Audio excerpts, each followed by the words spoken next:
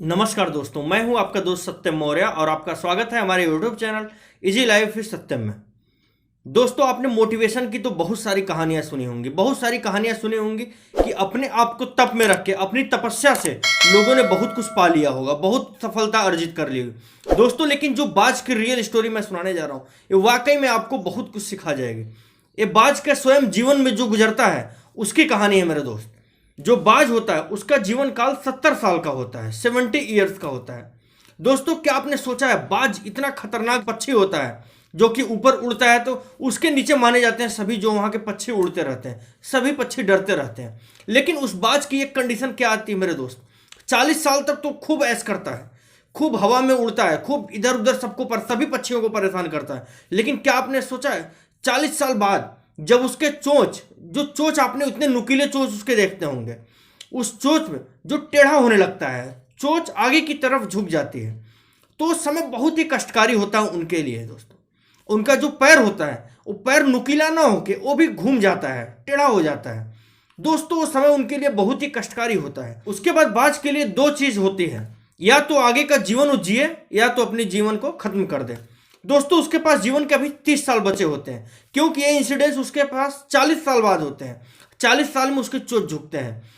वो 40 साल बाद बहुत ही ऊंची पहाड़ी पे, जो कि सबसे ऊंची पहाड़ी है, वहां पर जाके बैठ जाता है। और ऊंचाई पे जाने के बाद 6 महीने तक वो अपने जो उसका चोंच टेढ़ा हुआ है उसको घिसता है, उसको अपने पत्थर से घिसता रहता है, बार बार चोंच पत्थर पे मारता है। ये बहुत ही पेनफुल होता होगा दोस्त।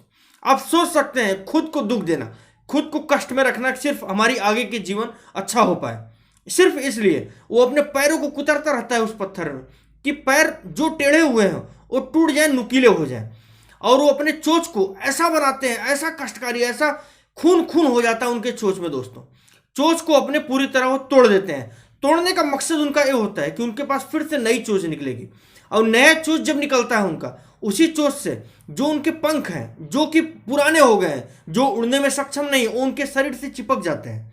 उस चिपके हुए शरीर से उनको तो काटना चाहते हैं, वो अपने ही पर को कुतरना चाहते हैं। अपने पर को इसलिए कुतरते हैं कि उस पर को कुतर देंगे तो हमारे नए पर आ जाएंगे, जिससे वो फिर से ऊंचाइयों पे उड़ सकेंगे, क्योंकि वो उतने सक्षम नहीं है जो सक्षम उनके लिए उड़ने के लिए थे। तो इसलिए दोस्त वो एकदम खून खून हो जाता है। आप सोच सकते हैं कि अपने पंख को, खुद के पंख को कुतरना कितना टफ होता होगा, कितना जीवन में तपस्या भरा होता होगा। लेकिन वो बाज इतनी तपस्या करता, लगभग 6 महीने प्रोसेस चलता है अपने जीवन के 40 साल बाद। और 40 साल बाद वो 6 महीने तपस्या करके अपने चोंच भी नुकीले कर लेता है, अपने पैर भी नुकीले कर लेता है, और उसके बाद जो उसके पंख होते हैं वो पंख भी नए आ जाते हैं, जिसकी वजह से वो अगले 30 साल का जीवन बहुत ही शानदार जीता है और कभी जीवन में दुखी नहीं होता है। जो उसने कष्ट काटे वो 40 साल बाद, वो 6 महीने का उसका कष्ट था। ये रियल स्टोरी है दोस्त, क्योंकि एक बाज के साथ खुद की गुजरती है। तो दोस्तों, हमें भी अपने जीवन में आहुति तो देनी पड़ेगी, पिघलना तो पड़ेगा दोस्त। जब तक हम पिघलेंगे नहीं, जब तक हम अपने कंफर्ट जोन से बाहर नहीं निकलेंगे, जब तक थोड़ा सा इस जीवन में अनकंफर्टेबल नहीं होंगे, तब तक आगे खुशियां नहीं आ सकती। जैसे बाज अपने 30 साल का जीवन बिताने के लिए अपने आप को इतने कष्ट में बिताता है, अपने आप को इतने कष्ट में रखता है, इतनी तपस्याएं करता है, तप करता है, वैसे ही मेरे दोस्त हमको भी अपने जीवन में अपने भविष्य के लिए आज ही जलना होगा, आज ही तप करना होगा।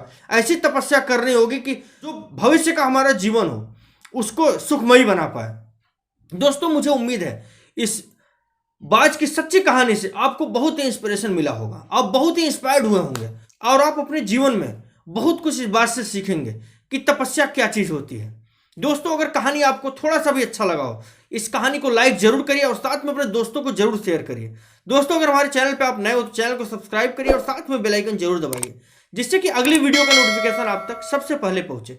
दोस्तों, अगर आपने मुझे इंस्टाग्राम और फेसबुक पे फॉलो नहीं किया है तो वहां पर जाकर फॉलो कर सकते हैं, डिस्क्रिप्शन बॉक्स में आपको लिंक मिल जाएगा। धन्यवाद दोस्तों।